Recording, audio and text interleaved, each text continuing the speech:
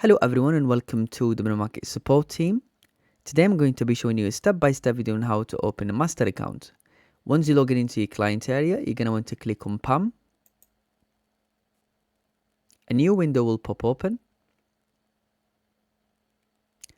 Master account. Click on Open Master Account. To create a master account, click on Account Type.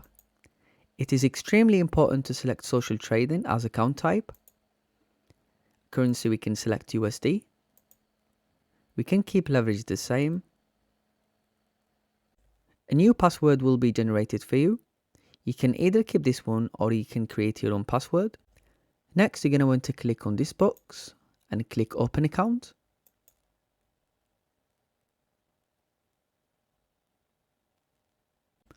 All the information regarding a new master account will be displayed in here. The next step, you're going to want to click on Make a Deposit because we need to deposit. In this page, you'll be able to see a payment account. To be able to move the funds to master account, you need to have a payment account. We can select $10. And the next step, you want to click on Deposit. Now we can see the deposit request has been successfully created. Now when returning to the dashboard,